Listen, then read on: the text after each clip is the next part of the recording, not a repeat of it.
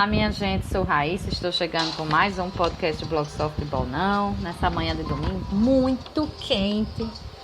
Eu estava aqui pela primeira vez com a temperatura marcando 32 graus, eu estava aqui aprontando esse podcast, né, e agora deu uma quedinha para 31,5, né, já deu uma aliviada, mas eu nunca tinha visto esse marcador de temperatura que eu tenho aqui marcar 32 graus e ele marcou. Imaginem aí que a próxima semana começa o verão, a gente vai ferver aqui em Natal. Bom, chegando hoje então com esse Covid, um olhar diferente, eu fiquei muito satisfeita de encontrar na newsletter de hoje, né, do The New York Times, tanto o editorial do The New York Times, como um artigo publicado de duas especialistas a respeito de uma coisa que eu já vinha pensando sobre esse momento que a gente está vivendo da pandemia de Covid, e a minha felicidade é que eu vejo que eu estava pensando no caminho certo, mesmo não sendo especialista, mas com os olhos bem abertos para o que acontece ao meu redor, percebo que eu estava no caminho certo. Deixando um pouco o editorial, aliás, deixa eu dizer logo o título do editorial, né, que é We Can Live Better Lives While Being Smart About COVID, que é algo como a gente pode viver uma vida melhor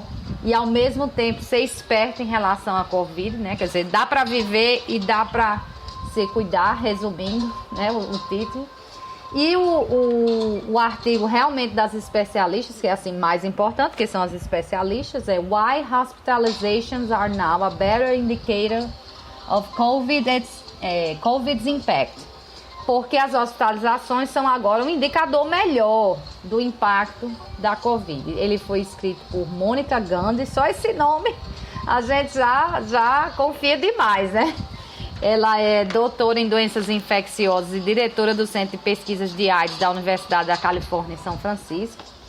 E Leslie Binning, que é membro da faculdade de OHSU, que é a Universidade de Saúde e Ciência de Oregon, especificamente da Escola de Saúde Pública da Universidade Estadual de Portland, né? Então, lá nesse artigo, elas discutem, né, que sobre a Omicron ainda não se sabe se ela vai ser dominante em relação à Delta, que é sim uma variante de importância em relação à gravidade da doença, se ela vai furar as vacinas com facilidade e se de fato ela causa sintomas mais leves, como parece ser o indicativo, pelo menos do que se tem observado até agora, de quem foi testado e comprovadamente contaminado pela Omicron. A gente sabe que tem muita gente que não foi testado. Quem foi testado, às vezes, nem teve aquela determinação do RNA, né, de que é a Omicron. Então, dos comprovados, né, a gente tem, o relato é 100% sintomas leves. Né? Então, mas elas chamam a atenção para que hoje a gente tem um cenário muito diferente do que se tinha antes. Até mesmo no surgimento da Delta, né? Porque hoje nós temos vacinas no plural, são muitas, né? Só aqui no Brasil nós temos o quê? 3 ou 4, né? Coronavac, Pfizer, Oxford, que é a AstraZeneca, também chamada AstraZeneca, e a Janssen, né? São 4 aqui no Brasil.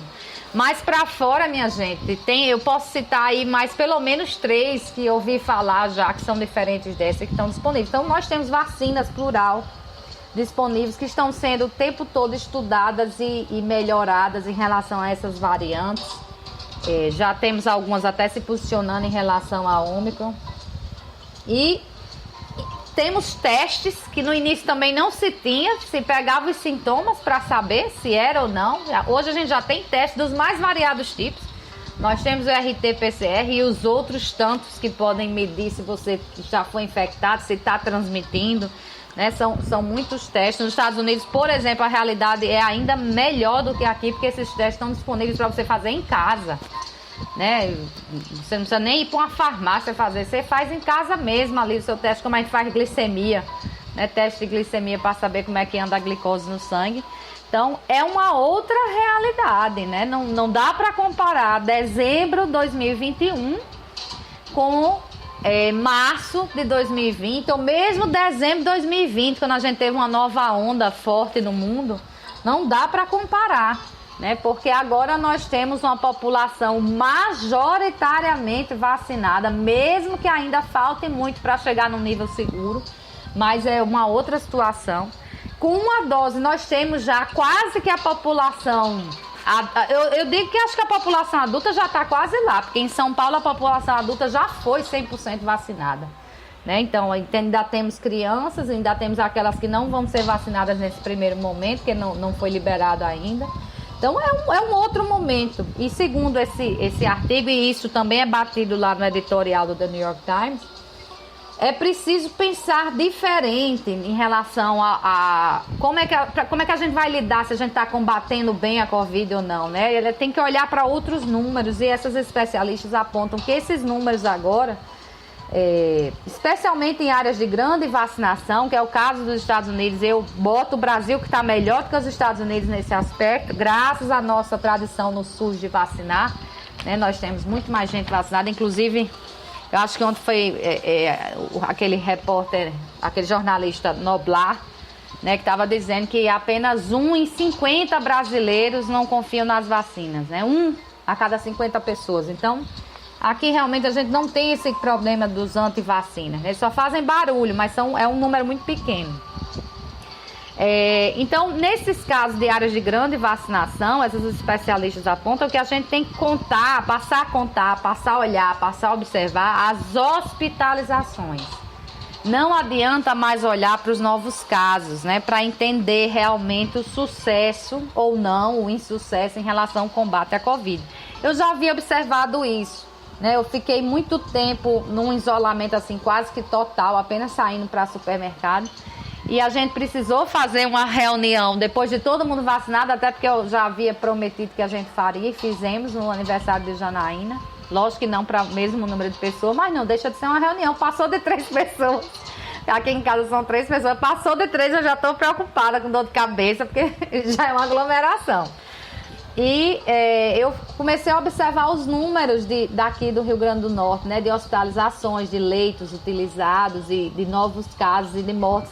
E comecei a perceber que realmente há uma flutuação grande, principalmente da hospitalização. E olha que os leitos diminuíram, porque como a gente não tem mais o mesmo número de casos, muitos desses leitos foram convertidos em leitos gerais. E uma hora subia, outra hora descia, e em nenhum momento chegou a ficar realmente crítico. E a gente tem que entender, então, que realmente estamos numa nova fase, né? Não é a mesma coisa, né? E segundo as especialistas, a gente está agora num processo lento de aceitação de que a Covid vai se tornar endêmica. Ou seja, ela sempre vai estar presente na população em diferentes níveis, como a gente tem, por exemplo, gripe. Nós vivemos uma pandemia que levou, acho que 1/4 da população mundial de influenza, né? De gripe, a pandemia, há 100 anos.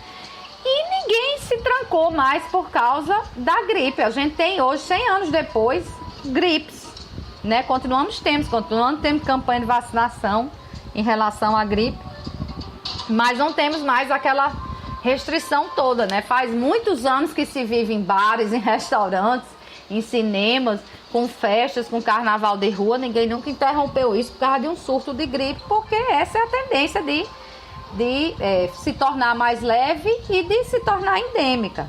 E isso, então, as especialistas batem que requer que a gente tem que realmente focar nas hospitalizações como o dado mais importante para ser rastreado na hora de avaliar o combate à Covid em determinada área, olha o português, né? E isso então trará o foco muito mais forte para que a gente consiga reduzir esses números de hospitalização. Como eu disse, vão surgindo aí tratamentos orais, né? A gente já tem notícia de vários medicamentos em processo de aprovação, né? E hoje, por exemplo, quando a gente tem um resultado positivo de Covid-19, isso já não significa a mesma coisa de antes, né? Se você está vacinado, claro, né? A maioria das infecções que furam as vacinas, elas são leves. Entendam que mesmo sendo leve, dá febre, dá dor de cabeça, mas são leves, você não precisa ser hospitalizado. E mesmo com aquela queda que é relatada de anticorpos ao longo do tempo, né, depois de você se vacinar, a proteção ela permanece. Tanto que até agora, todos os aumentos de casos, né, não tem sinalizado um aumento proporcional de hospitalizações e mortes, para onde quer que você olhe para esses números, né? Então, Muitos países têm sim levado esses números em consideração para decidir sobre restrições. O melhor exemplo talvez seja Singapura, que vinha muito restrito.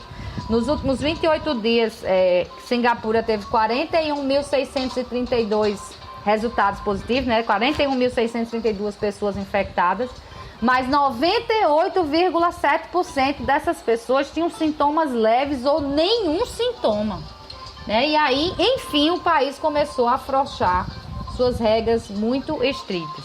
O The New York Times faz lá uma abordagem, né, no seu editorial, falando que a gente não pode viver nessa ansiedade a cada número que sobe dos casos e tudo, nessa linha das especialistas, mas mais falando da questão social, né, que esses banimentos de viagem de um país específico são totalmente fúteis, porque, por exemplo, quando a África do Sul veio relatar a Ômicron, ela já estava espalhada.